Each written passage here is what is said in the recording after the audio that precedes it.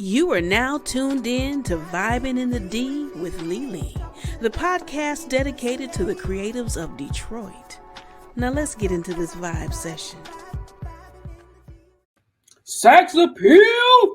Lele, what up, though? What's up? How you feeling? Nothing much. Chilling, I'm glad to finally be able to sit down with you. We've been, I'm glad we can make this happen. It's long overdue. yeah. This is actually the take two because we did it for a minute and then Right. what happened? I don't know what was going on that day. Hey, But man, it's been crazy. The internet has been overloaded lately. Yep. And people's schedules, people getting back to doing stuff. So it is what it is, but I'm very glad that you agreed to sit down and have a conversation with me. I'm a fan. You're an amazing musician, and I'm pretty sure most people know who you are, but for those few people that might not, this is SAXAPPEAL. Good evening. So what have you been up to during this crazy time? It's kind of an everything and nothing type of thing. Like I've been working on new music and focused on getting this new project out. And with that, of course, COVID kind of showed up and was like, we're gonna put the back burner on everything. So, Exactly. an album that I've literally been working on for about 3 years now. Like I was ready to release that joint in like April was the goal and the plan. And then COVID showed up and was like, we gonna put a quick halt on that. So we've been working diligently on getting that back up and going.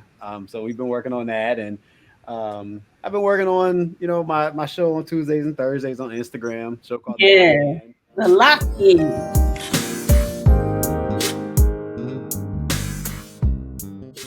Yeah, it's a lot of fun where I'm interviewing some of my absolute favorite artists and creatives.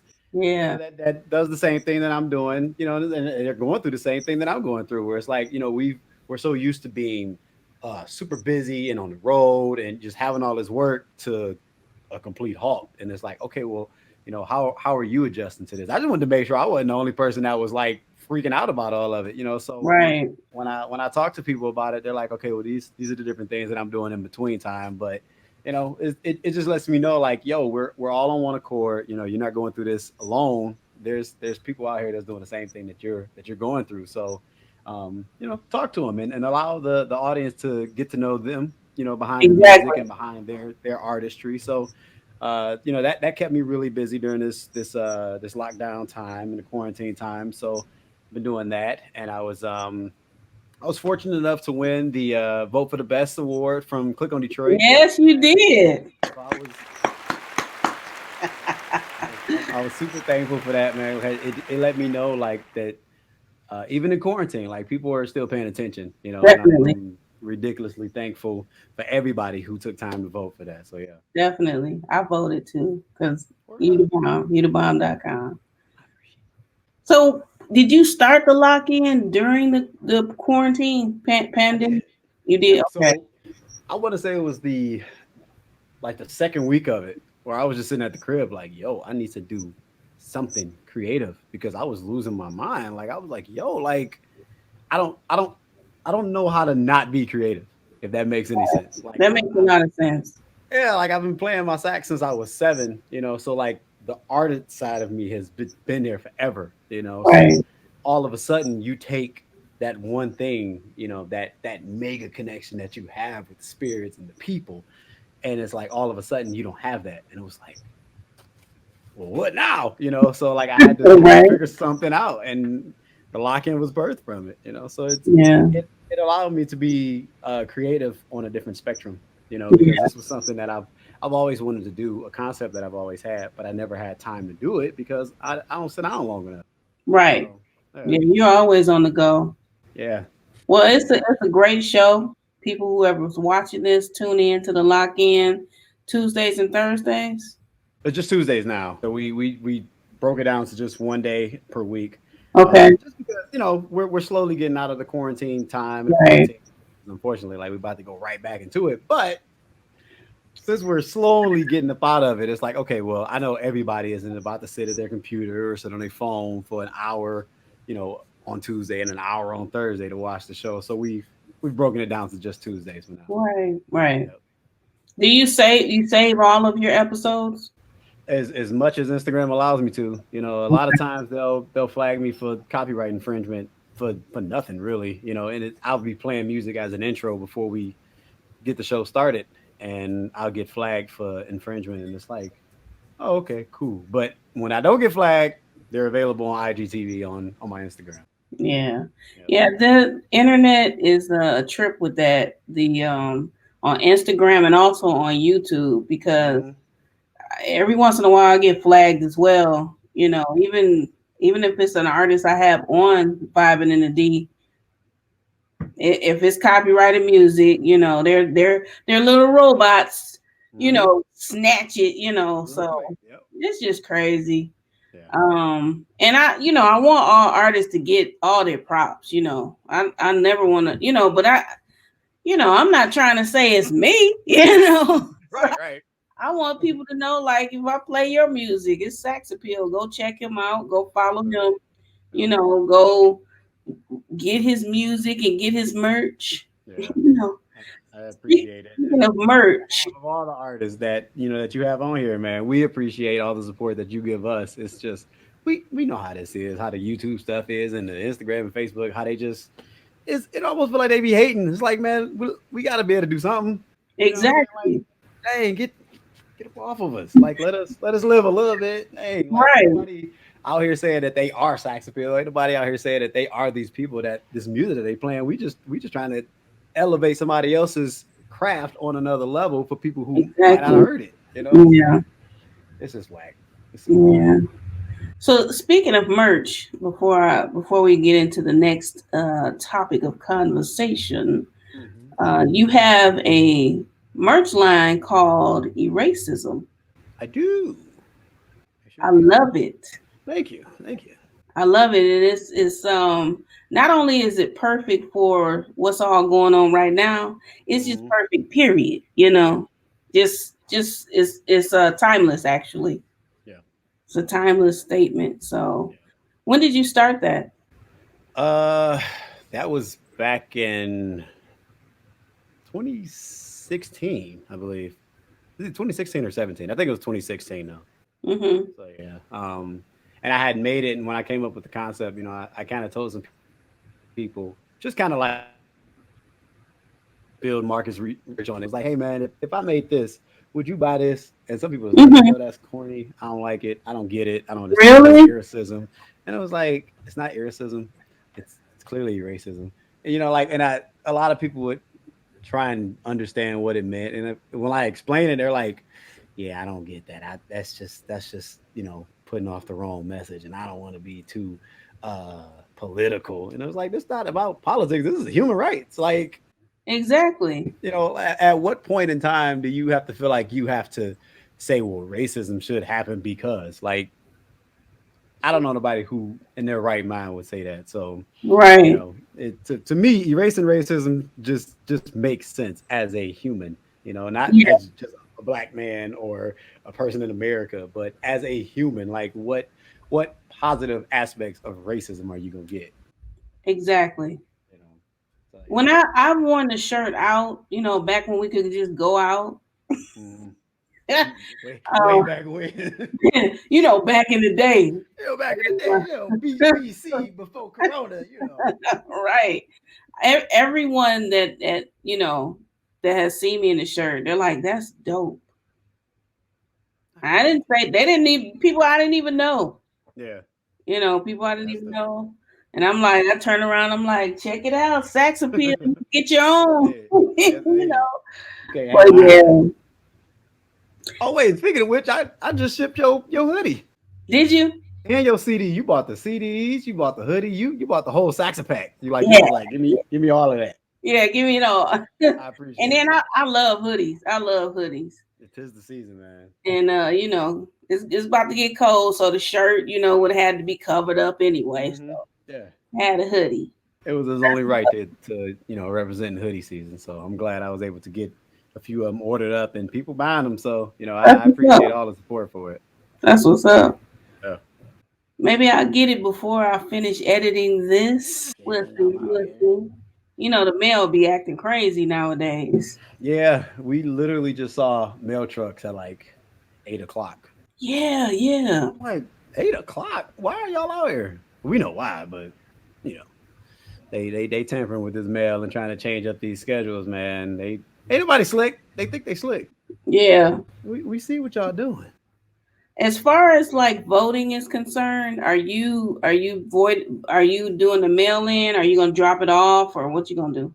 I think I'm probably just gonna stand in line. I'm pretty old school when it comes to that. Like I understand like the importance of the whole mail in thing and getting the mail early and stuff, but I just there's something prideful about me standing there, like knowing that, our ancestors fought for this to be able to stand in this line. So I like to physically be there. And of course I'll be masked up and I'll have my hand sanitizer in my pocket and everything. But there's just something to me that means a little bit more when I'm actually standing there to do it. Yeah. Yeah. So I'll be standing in line. Yeah. I'm teetering right now. I don't know if I'm gonna fill out my ballot now and drop it off at the city clerk office or Mhm. if I'm gonna just because it's right up the street for me where I have to vote. So Okay. either or I'm voting. Yeah, I'm absolutely. voting. Yeah. Get him Regardless of out. how you get it there, you gonna that thing gonna be in there. So Yes, get yeah. him out. Get him out. Yeah. Anyway, If you don't vote for nothing else, the object and the goal is to get rid of somebody. exactly. Like end of the day, we as a country deserve better. So vote. Yeah. Vote. Don't be on no fence about it. Don't talk about I don't like either parties. They both crooks. Guess what? Vote for the lesser, okay? Because we can't afford to go through this for 4 more years, y'all. For real. Yeah, this has been a dog and pony show, as my dad would say. Yeah. Just ridiculous. So on another note, tell us about the name Sax Appeal. I know the story, but they don't maybe they don't. Y'all don't know the story? All right, so this is what happened. This is how the name SAXAPPEAL was birthed. Um, Way back when, I think this was 2002. Dang, that made me feel old. 2002. I was taking pictures, selfies, good old selfies, and posting them onto my MySpace page. MySpace. Way back when, my MySpace Right. music. If it wasn't MySpace, it was Black Planet. It was one of the two, or both. But I'm pretty sure it was on my MySpace page because I was like working on beats and stuff and just figuring out like the production side of things. So taking pictures, I had this button up shirt on. So I'm buttoning some of the buttons, had my little bird chest out, and I'm snapping pictures. My mom walks in and she was like, "What are you doing?" I was like, "I'm taking pictures so I can put them on the line." And she was like, "Oh, you think you sexy, huh? You think you got that sax appeal?" And I swear it was like a light bulb that was like, bing, and it was just like, you know what?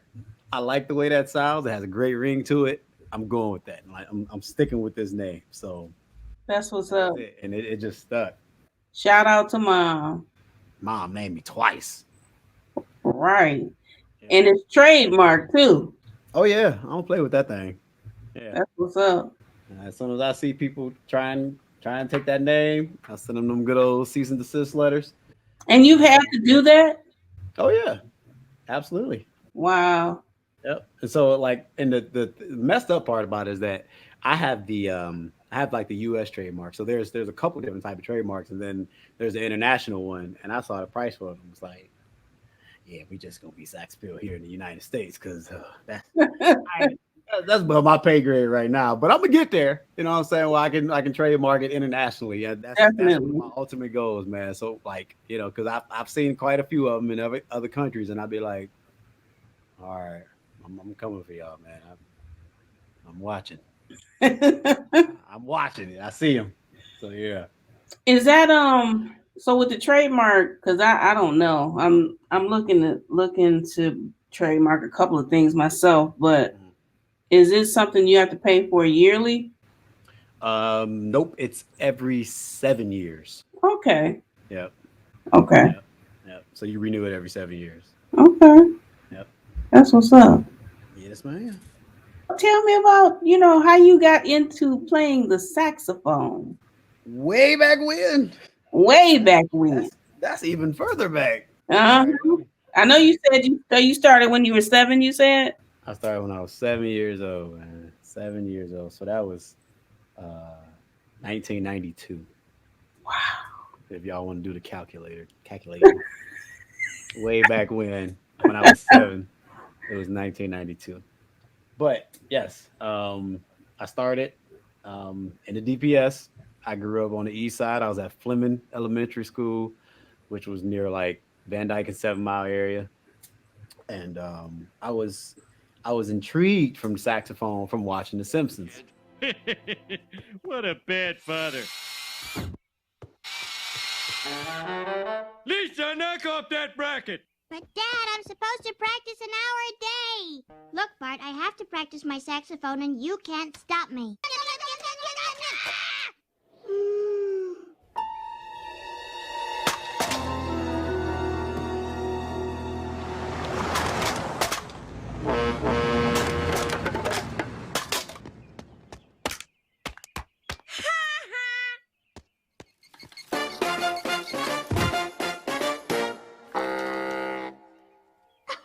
Watching Lisa Simpson play. The little yellow girl was playing saxophone, and she was 8. And I'm like, yo, she 8. I'm 7. In a year, I can sound like her. Oh yeah, I want to do that. Like that's what I want to do. And my mom was like, saxophone. Like I was like, yeah, mom, I want to do this. This is what I want to do. So she was like, all right, well, we'll get you signed up for music class. So I went to the band class, and we talked to the band teacher. His name was Mr. Gooch. I'll never forget that.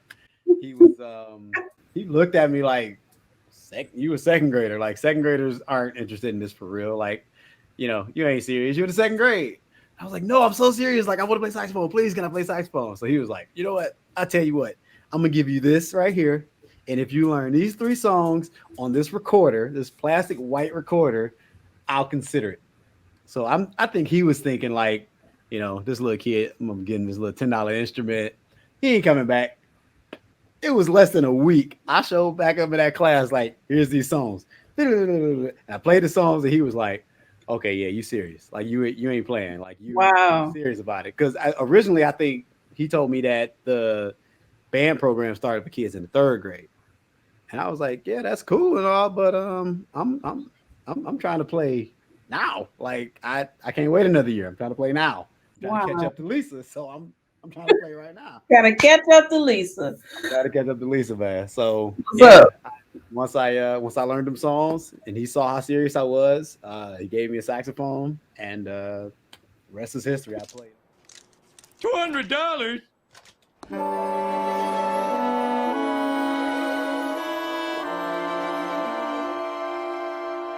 Oh, I'll take it.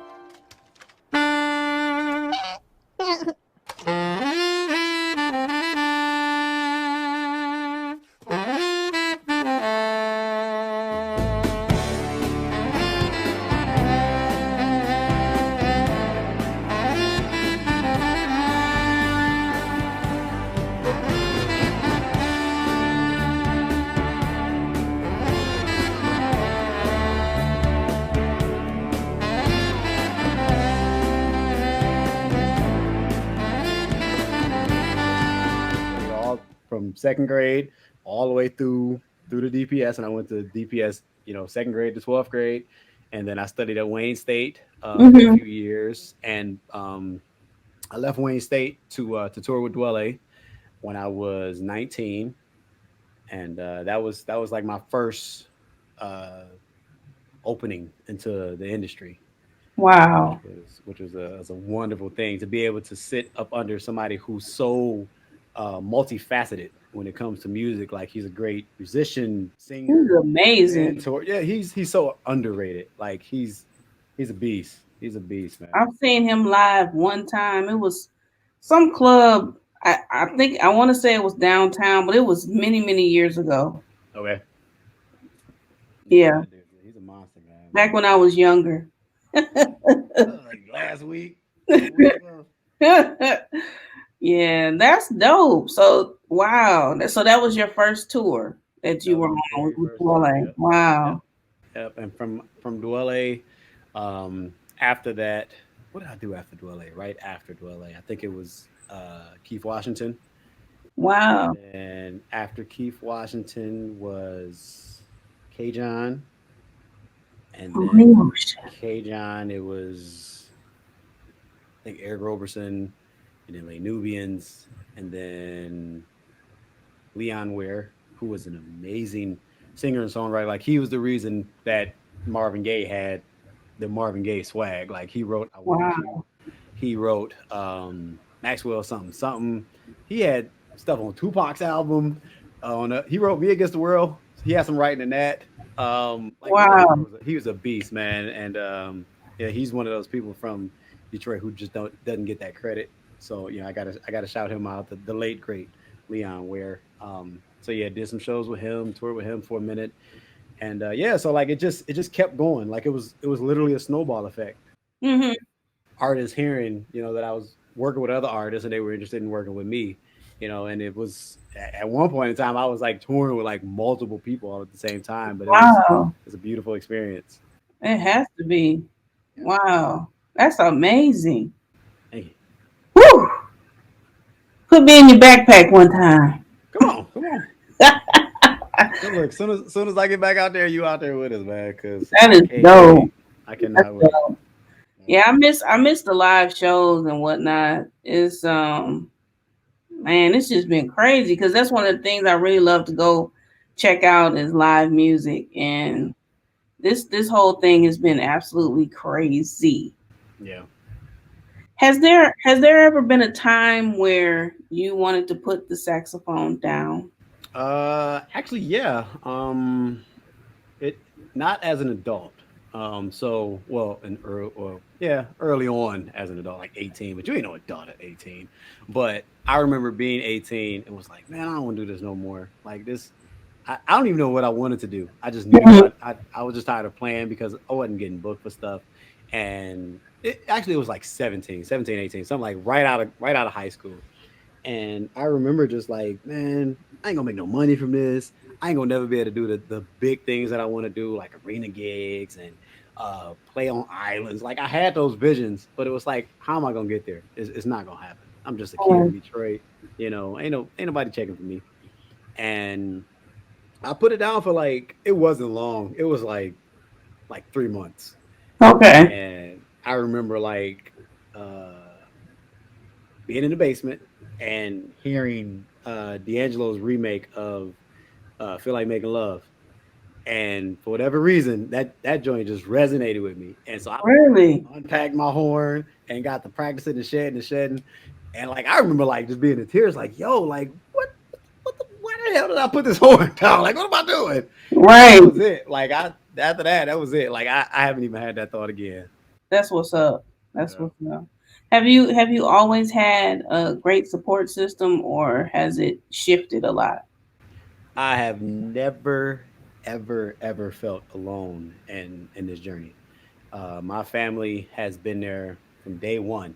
Um, from me being a 7-year-old big head yellow boy, from saying I want to play the saxophone. My family literally they scraped up pennies, and I mean my whole family, my mom, aunts, uncles, cousins, my grandma, like they all scraped money together to buy my first instrument. Like, and I come from a family like, we didn't have much. You know what I'm saying? Like hardworking families, they did whatever they could to keep food on the table, keep the heat on. We had some days where the heat wasn't on. You know what I'm saying? But like they went out of their way to put money together to get me a horn, and I'm forever thankful for them. Like those are always going to be my biggest, most amazing fans is my family because they were That's there what's up. for the struggle. Yeah, That's what's up. Because a lot of artists they don't have that. They don't have that support. They don't have, yeah, and support is not always just like people tuning in and people coming to your shows. The people that you're around all the time, hmm, can really discourage you or encourage you. absolutely. So that's an amazing thing to have that support system like that. Yeah, like even now, like every now and again, like somebody in my family just send me a text, like, "Man, I know you're not on the road, but I'm so proud of you. Like I see you doing your great stuff with your merchandise. I know you're working on music. I can't wait for this album to come out. Like it's just always encouraging words, you know. And even when I don't necessarily feel like I deserve it because I'm sitting on an album that hasn't come out yet, and I feel like, man, I'm such a loot. Like this person putting this project out, this person putting this album out. What you doing? You ain't did nothing yet, And it's like there's a season for everything, and I'm always reminded of things like that. Like it's when it's your time, it's gonna be your time, and it's gonna be Exactly. an amazing time when it happens. So just don't beat yourself up too much. And I get the same thing even from Jay. Like, and I'm always like beating myself down, and she'll like pull me back down. Like, don't forget, like you gotta. It's all in the season, That's So what's up. to have amazing supporters and beautiful people and spirits in my life like that, like I'm forever thankful. Yeah, it's people, it's other artists I know that, they tell you about a project that they're doing. And then, a few years might go by and that project didn't come out. But when it does, woo, Wait, it's usually lit. yeah. So I'll wait. I'll wait for when you ready. Look, I tell people all the time, like I don't blow smoke up nobody's nothing, but I tell people all the time, like when this project does come out, it's going to be worth the wait. I guarantee you, and I promise. Like I don't want people to look at or listen to the project and experience the project and be like, I waited for this. Mm-mm. Like it's not gonna be that experience. It's gonna be like, oh, okay. Well, it was something brewing that took a little bit of time to make. Yeah, It's a home cooked meal versus a quick microwave meal. You know what I'm saying? right. So like it's gonna take a little time to brew, but we sipping at it and we getting closer and closer to it being done. So I'm excited about it. Super excited. So is that something like you're looking at next year? Actually, no, we're still looking at this year. We're hoping to Okay. get it out, in these cold seasons that we got coming up. But yeah, we're still shooting for Well, this year. sax music keeps you warm, so that'll be good. That'll be It a good sure do. one. And it's some joints on there where you gonna have on repeat. Like, oh, I'm gonna be nice and warm with this one. Okay, Mhm. that's what's up. Yeah. Yeah, because I mean the stuff that you have out now is amazing. Like Thank you. it's smooth. There are some um I love jazz, but there's some jazz where it's only maybe certain songs I really want to listen to. It's rare where I can just play and just let the whole thing play, I appreciate that. and literally can do that with yours. Thank you. Yeah, it's just smooth and relaxing, and So, thank you. oh no, thank you. Look, see, so what's crazy about that is that I remember at one point in time that I was making like I was making a lot of jazz that like kind of went over people's head. Hmm. And like it's cool to do that from an artist perspective because it's like this is what I feel. This is I need to let this out. This is my outlet. But you're doing it and you're playing the chairs. Ain't nobody in the audience because nobody gets it. Like you're playing it and that's cool because you need that musical outlet for yourself. You need that artistic creativity, and I get that. However, like my mom who would be like, I'm not coming to see that. I ain't coming to hear that. And I'll be like, hey, like, yo, mama ain't coming to hear your music. All right, you know what? I gotta switch it up. Like, and then I kind of like made a shift where it was Uh-huh. like, okay, and I don't get me wrong, I absolutely love traditional jazz, straight ahead jazz. I love bebop, I love swing, I love playing all that stuff. But end of the day, like I was like, okay, well, I gotta make stuff and I gotta be able to play stuff that people they resonate with, and it Right. was like, okay, I grew up listening to a lot of soul music, a lot of soul, like the Donny Hathaway, Marvin Gaye, Earth, Wind and Fire, like all the soul greats and classics. I listened to them and I studied them, and it was like, well, what makes this music, you know what makes it resonate with you? And it's like it's the passion behind it, it's the story that we all can relate to. And it was like, you know what, I need to learn how to transfer that into my music. And it was like, oh, okay, well, let's make some type of soul jazz fusion and like a hybrid, and let's put it together. And that's the music that I focus on now, and the stuff that I make and recreate. And when I'm performing, a lot of people are like, man, like this, your music just touches me and it just does something to me. And it's like, okay, now we're on to something because it's not Right. just you're not just listening to it. Now you're experiencing something, Exactly. and that's my goal. Yeah. Yeah. Well, you are doing that. Now, one of the things I like when you're live is when you put the saxophone down and you still sound like a goddamn saxophone. You talking about that pocket trumpet? Yes, that is I love that. That's Now, my joint, man. is the song Got You Grooving, is that what you're using? Nope. There's like an effect on the horn for that. But on the new album, there is a song that I'm doing the pocket trumpet on. Really? And that's one of my favorite songs. So I'll literally have a song where I can do the invisible pocket trumpet as my own song. Because I usually do it when like I'm like imitating the trumpet solo on a few different songs, but it got really famous for me when I was playing out live when we would do Snoop's Sexual Seduction. And we did Yeah, like a chop and screw version where it was like, slow down, like it's sexual seduction. So it needs to be sexy, So we, right. we switched it up, and then I started doing that live, and people like lost their minds, and I was like, all right, we're gonna hold on to that, like, and it was just something. It was like, well, let's see if it works, and it did, and it was like, all right, well, we're gonna keep that. Yep, keep Yeah, that. like it Wow, worked, and it didn't go nowhere. Like it's still there in the show. So yeah, that's what's up. yes So indeed. is everything on the new project? Is it all original?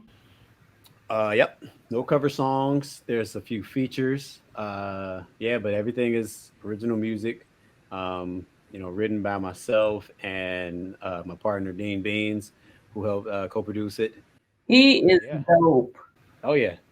Yeah. So Woo! it was fun working with him because it allowed me to put more of a like a hip hop Dilla vibe on a lot of things, which I Yeah, grew up listening to a lot of Dilla, and of course, being from Detroit, like you have to have some type of you gotta have some hip hop in the blood, like right.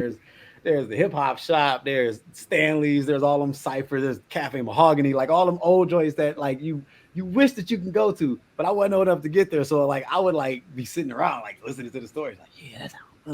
I'm gonna make music based on what y'all telling me. Like that's like Right. that was my whole experience when it came to stuff like that. And then you got like the Detroit rap scene, like East Side Cheddar Boys and all that stuff. And it was like they would do like pop-up shows at like River Rock. Yeah. What's the joint? What's the joint that everybody used to go to? There was a bunch of them. Tropical Hut on Livernois and Fingal. Like they were like the king of $2 Tuesday. So like all of that stuff, like you throw it all in a pot, and it makes this plethora of different styles of music, and it's Jambalaya. always yeah, that's it. It's just jambalaya music. You know what I'm saying? Like it's just Yeah. a big, big gumbo pot of some experiences. Like, and Yeah. that's what my music is. It's like a timeline of experiences. Like you hear a little bit of everything, Right. based off of how I grew up and how I'm Yeah. currently living. Yeah. That's what's up. So you got Stay Saxy, Mm-hmm. Unmarketable. Mm-hmm. Now tell me a little bit about the song that's called Song is called what? your song, the song that's called. Go on. Tell me a little bit about So, for those who don't know, I have a new single that I put out in July this year, and the name of the song is the song that's called. That's it. literally the name of it. So when we just like having fun with stuff, man. Like I Yeah. like to have titles that people can't forget because I Right. want the song titles to feel like the melodies. Like people hit me up all the time, like, man, I can't stop singing that song, and I'll be like, what song? Oh, the song is called. The song is called what? No, not what. It just becomes a thing. Like it's fun because Yeah. I wanted to make something that was not only memorable, but it made you just feel good. You know what I'm saying? And you Yeah. hear the song title, you try and explain it to people, and then that makes you feel good. It's like, yo, like this just makes me feel it's a good vibe, and that's Yeah. what it's all about. And that's exactly what your music does. It gives a good Appreciate it. vibe, and hey, keep it up, man. Don't ever stop that. That's the That's plan. just that's life. What would you do? What do you think you would be doing if there was no music in your life? Would you be here? Whew, that's a good question. It's I honestly don't know what I would do. Like if I wasn't doing music, like I've never even thought about it. Like I've and it's crazy is because when I was young and even the last couple of years, like I've always done something and music.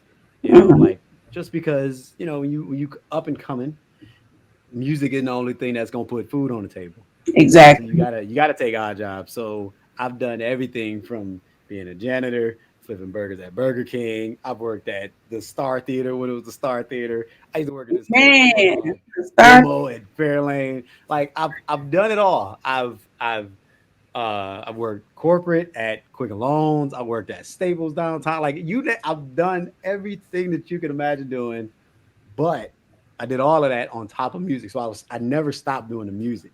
That's what's up. And then like 4 years ago, was it 4 or 5 years ago, something like that. Um, it was like, you know what, it's just time to try to do music full time. Hmm. And since then I haven't done anything with music. Like it's just been my full time thing. And it's been a real blessing because it allowed larger recognition that I didn't think I could get, Hmm. especially with just doing music. It was like, this is scary. I might not be able to pay rent. Like it was like you don't know what's gonna happen, man. So it was like, all right, I'm gonna give it a shot, And it was always that thing in the back of your mind, like, all right, well, if music don't work, you can pick something else up and do music on the side. I was Right. like, man, music is my wife, man. I'm tired of her being a side chick. Like, let's do this, man. Like, let's for real do this. Like, I want to fully invest in this. And if it don't work, cool. But let's at least try to make it work. Right. Yeah. Right. So what's been the most difficult thing that you've had to deal with, and the easiest thing that you've had to deal with when it comes to your music career? Um, the easiest and the most difficult is actually the same answer, and that's playing for a Detroit audience. And Oh, I'm hey, I'm gonna tell you why. Because tell me why. so easiest because I believe, and I hear this all the time when people be like, "Man, Detroit artists don't never get no love from Detroit," and blah blah blah. And I be like, "No, it's all about what you put into the city. That's what you're gonna get out of this city. So what have you given Detroit in order for them to give you the respect that you want?" Right. That when I realized like yo like I literally pour a lot into this city, like not just prayers and thoughts. Like I do donations for the city. I teach and I do as much as I can for the city, and then I have events where it's like, oh yeah, just come out and you got $1, cool, and then I had like the cipher when I was like helping other artists get on and get on the stage where they didn't normally have a regular platform, but they wanted to try and figure out this whole art thing. Like they wanted to figure out performing. They wanted to figure out how to be able to rock out with a band. A lot of people, that was their Right. first time ever being able to interact with band members. And the band that I would have, and of course it would always change out, but these were musicians that wasn't up and coming. Like these were cats that are out touring with Ready for the World. They'd been out with the Spinners. They'd been out with the Four Tops. Wow. They'd like every like the who's who, and there's like these people right in your backyard, man. Like, and then people are like, yo, that's really dope that you are allowing people like me to have some type of start, and Yeah.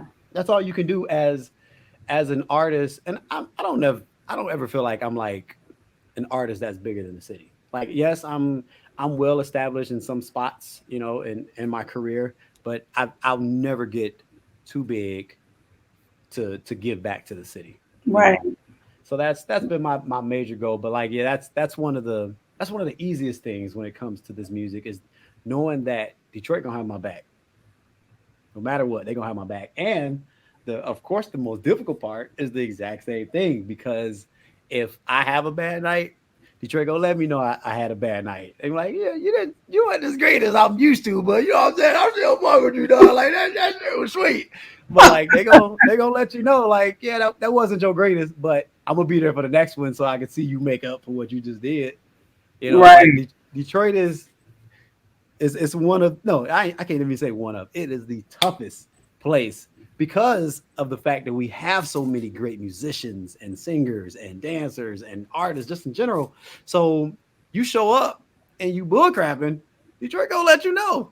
It's showtime at the Apollo. Man, listen, you got places like, just for example, you got places like Floods where at any given moment you can go in there. Well, you used to, because things are so different now, but I remember just being able to just sit. Sometimes I'll go in and sit and have my instrument and sit in with the band, but sometimes I would just want to experience just Detroit for what it is, Right. the mecca of this feeling of music. So I would go into Floods on a Thursday night, and I mean the band would be rocking, and then all of a sudden you'll see Beyonce's drummer walk in. You'll see somebody from Bruno Mars's Hooligans walk in. Like you just see these people, and it's like, why are you here? Like it's like they'll walk in and they'll just be jamming with the band, And a lot of times, you got these people who are from all over the world, and they'll come in and they'll play, but the Detroit audience will be sitting there looking like, mm-hmm. Like, Wow. yo, that's so and so, and they play with so and so, and you be like, mm-hmm. That's cool. But what else they gonna do? Like Detroit, they Yeah, don't that, play around with that stuff. Like you yeah, gotta come with it. So yeah, like a lot of my performance stuff, it came from being heckled off stage. It came from being booed off stage. It came from the musicians, looking at you like, what the hell are you doing? You know what I'm saying? Like it took for me to have those battle scars to get to where I am today, because it wasn't a perfect journey, you know. yeah, You had to get up there and be about your stuff. right, So exactly. so that's yeah. Detroit gets the best and the worst. It's a Okay, it's a real love hate relationship, but I love the hell out of this place, and I'm glad to be from it. I'm glad to be of Detroit. You know what I'm saying? Like Detroit runs deep in my veins and in my blood. that's what's up. Yes, That's indeed. that's that's real talk. That's real talk. What's one thing that you would like to a message that you would give to your fans? Hmm. I only get one message to get to y'all. Um. You know what? My message is gonna be, don't give up, because that is like the theme of this year. Because I think um, individually, I think a lot of us are kind of on the same thought process when it comes to things. It's like, man, I didn't get a chance to do this year. I didn't get a chance to, finish this up and start this business. And it's like, yeah, but you're not alone. Like you're not a failure because you didn't make that happen this year. This year was something that nobody who's ever been on, like, this was completely different from anything we've ever seen. This You was know, so this was highway robbery. we need a mulligan. 2021 needs to be just wipe this year off, and like the only thing we should be able to do from this year to next year is learn. Yeah, Because this taught us a lot of things, a lot of valuable lessons. Um, so I'm incredibly thankful because it allowed me to kind of sit down and evaluate and reevaluate and trying to get things done for me that I normally wouldn't be able to do because I was so busy being on the road.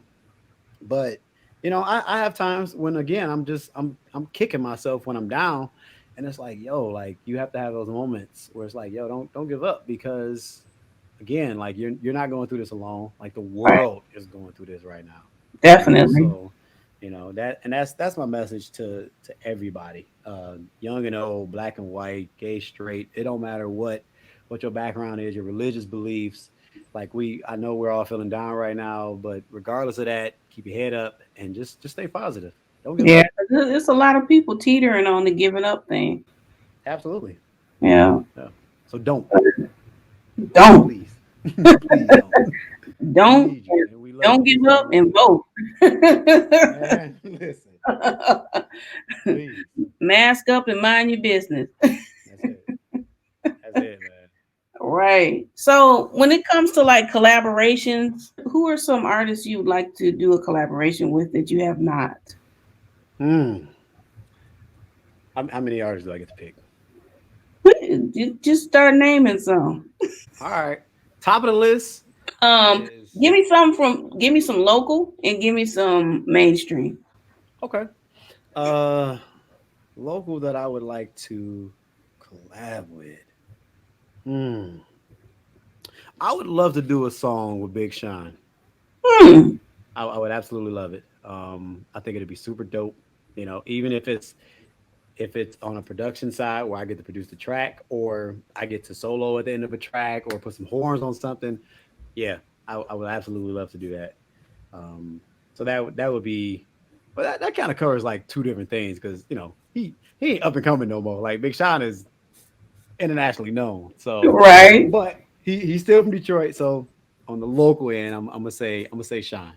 Okay. Um, People who aren't from here that I would like to collab with, of course, the GOAT, greatest of all time, Mr. Stevie Wonder. I would just Mhm.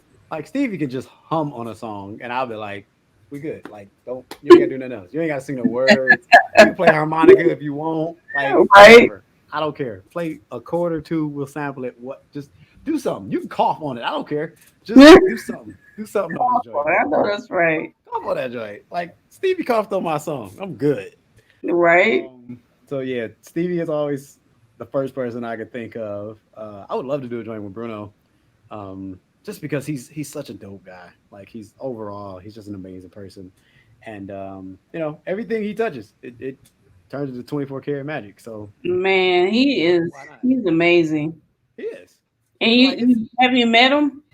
Yeah, like so not last year, the year before, we had the pleasure of closing out his tour, the 24 Karat Magic tour Hmm. with Charlie Wilson. We opened up on a few of the dates. That was when he made that big announcement, and it was like Sierra opened up, Boyz II Man opened up, and then Charlie opened up. So it was like he just pulled from everybody. It was like, yeah, you come on the road me, come on the road me. So when we got the call, we were like, what? Like I was Wow. mind blown. So that was a blessing, man, and I learned so much just being able to interact, with that crew and that camp, and just watch how they do things and just see how their business is done and just see how they treat people. Yeah. It was second to none. Like he's a great guy, heart of gold, and he's just fun to be around. It's just fun to watch. Like there wasn't. I don't think there was one show that we went to when we were playing when I didn't catch the show. Like every time I could, we were sitting on the side of the stage or at the front of the house, like we get to watch Bruno for free. Like we out there. I know that It was had to be amazing. amazing. Oh my god, incredible. Wow. So Yeah. Bruno is awesome. yeah, yes, he Absolutely really is. awesome. What's some of the best advice that you've gotten from other artists? Um, from other artists, well, I'm gonna start with some of my mentors. Okay. So one of the things that has always stuck with me is the term practice makes improvement. So, and I'm gonna tell you how and when I got this told to me.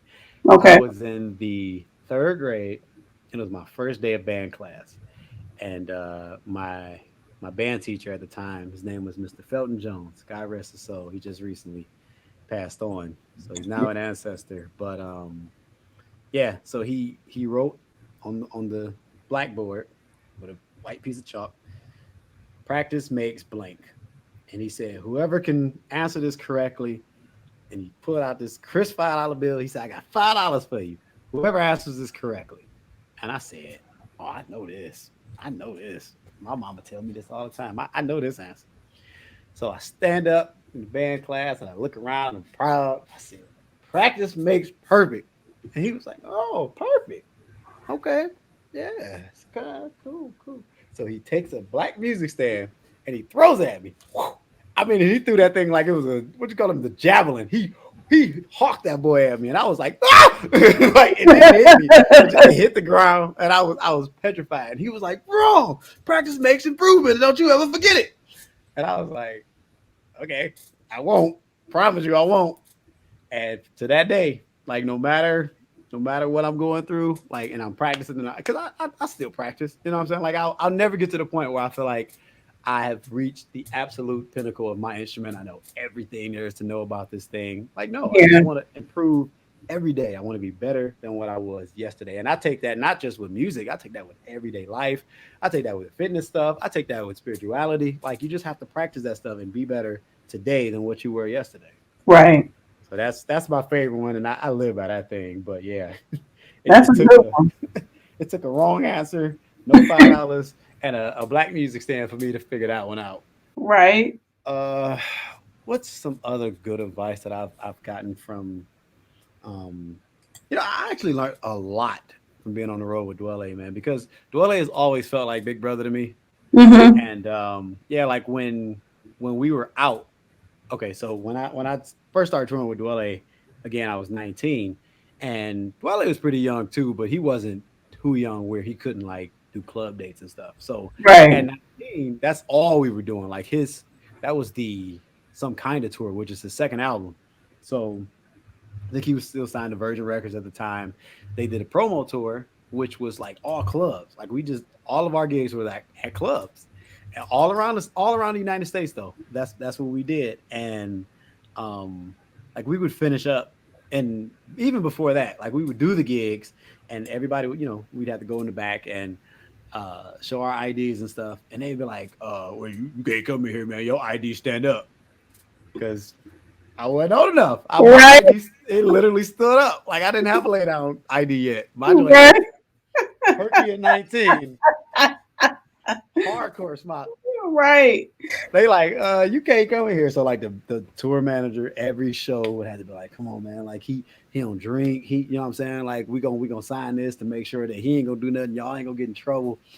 And they were like, "All right, so you gotta get this big black X on your head." So they used to call me the X Man because I had this big black X on my hand, which meant don't give this little boy no drinks, don't give him nothing. Don't Okay, give let him me a get this straight. damn thing. Don't even give him water. Don't give him nothing. Not water. Like that was my life, man, on tour. But like early on, of course, like I'll be mad because I'm like, man, this tour experience sucks.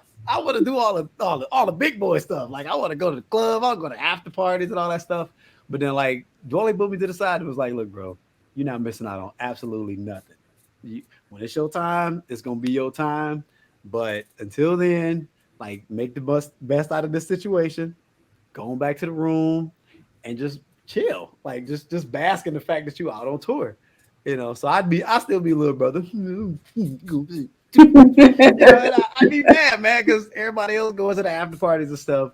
But it gave me it changed my perspective because it allowed me to like have a different practice. And I still do that. Like I don't really hang out when it comes to like all of the tour stuff that I do. You know what I'm saying? Like Mhm. on occasion I'll go out and just kind of enjoy the scene and stuff. But for the most part, we get done playing.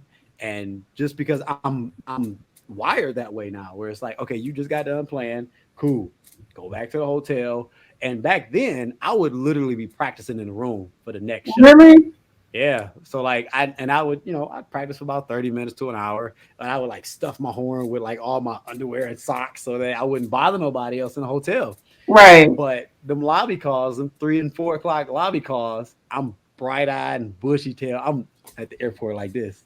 Everybody else, they done been out clubbing, so Right. So that yeah. everybody messed up. So I was like, it taught me, how to kind of recharge myself and be Yeah. ready for the next show and the next show. And I didn't get burned out, because a lot of people get burned out from this lifestyle in this industry, man, because you do too much too fast. Right. And this is, I'm still doing it to this day. So I'm over 10 years of touring, and it's it's Yeah. it's it's still like it's still refreshing because I'm not burnt out because I took time to listen because I could have Yeah. easily been like, man, I'm gonna go drink in my own room. I don't need y'all. Like, and I didn't do that. Like, I took my time to figure it all out and process it all. And when it was my time, even when my time came to like start drinking at 21, like I was like, I'm good. Like, I don't think I had a real drink until I was like 24.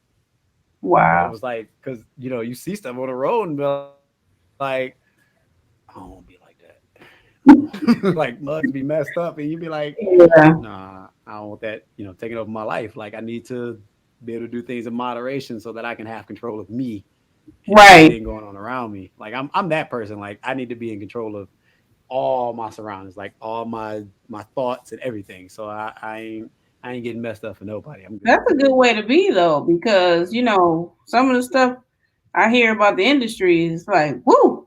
If you're not paying attention and in control of your surroundings and your stuff, you Hmm. can get caught up. Oh yes, indeed. Yeah. And we live in the cell phone days now. So you messed up, and somebody like, oh, ain't that so and so? Yeah.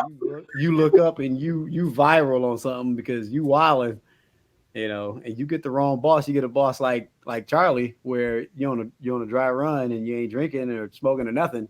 You know what I'm saying? Because that's what his life is. He's 25, almost 26 years clean and sober from alcohol abuse, drug abuse, and all that stuff. So none of Wow. that stuff around him. So that's all it He takes ain't is he ain't gonna play that game. mm-mm, not at all. You don't care how talented you are. Yeah, You know. So yeah, that's what's up. yeah, That is what's up. So I appreciate you taking the time to sit down and talk with me. I know you have a busy schedule because we've been trying to do this for, I want to it's say, been a like while. 3 months. Like it seemed Yeah, like it's it's been it's been like a three minute. months. Yep. And then we tried to, the whatever was going on happened, Yeah. but I really do appreciate it. Like I said, I really admire your music and just the type of person you are. You're a great person, Thank you. and Likewise, Lele. thank you. And keep doing what you're doing. And I can't wait for this new project. I Yes, can't indeed. wait. The I'm new gonna wait. project. But I can't wait. It's gonna be worth it. Yeah. Black Gold is going to touch lives like nothing I've ever put out will. I promise you that. I guarantee it. And of course, before we come out, I'm gonna hook you up with some of the exclusive joints anyway. I So I got you. appreciate that. Yes, I indeed. would love that. Oh yeah. Let everybody know, about the lock in and how to reach you and all that good stuff. And it'll also be in the description. Okay, for sure. Bless you. Bless you. That was a loud one too. She tried to hold it. I saw her. She was like, but yeah, like to keep in touch with me is the easiest way to do it is I'm on everything social media except TikTok. Somebody asked me earlier today too, like, hey man, you on TikTok?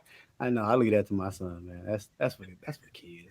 Let him have it. Man, let me tell you, TikTok, I have whoo, I said the same thing, and now I don't, it's not a day that goes by. Like I checked TikTok a couple times. TikTok is addictive, man. I be watching. Like it ain't like I'm just completely. I don't know what it is. Like I see it. Of course, I know what it is. But like I be like, man, that's one of them things where I feel like if I get on it, I'm gonna be posting like 5 to 6 videos a day. Like I Yeah, got it is. I It got is. better It's stuff addictive. done. Like I have to Yeah. literally be like, don't go on there.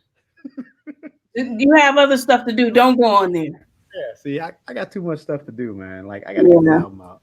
After the album come I out, I did get on learn. TikTok. I did learn how to debone chicken wings properly. You know what? I watched that video and you was hyped. You was like, oh, it's working. When I tell you that video gave me so much joy. Oh man, that one took me out. That was funny. Oh, But man. yeah, man, like that's I'm on everything social media, Facebook, Instagram, YouTube, Twitter, all under the same word. SAXAPPEAL Music, all one word. It's spelled exactly how it sounds. SAXAPPEAL Music, no spaces, no periods. And that's Facebook. That's all of them joints. So you can follow me there. You can also check out the website, which is saxappealmusic.com. And yeah, just be on the lookout for new music. Got some videos coming with that music, and we got some more merchandise coming too. So yeah, just connect with me, follow me. I follow back. I follow back quick too. I'm like, oh, what up, friend? Wow. So yeah, yeah. That's what's up. That's what's up. And then you said the lock in is now just on Tuesdays. Just on Tuesdays, 8 p.m. Eastern Standard Time. We got some really dope guests coming up. So be on that. And I start right 8 o'clock.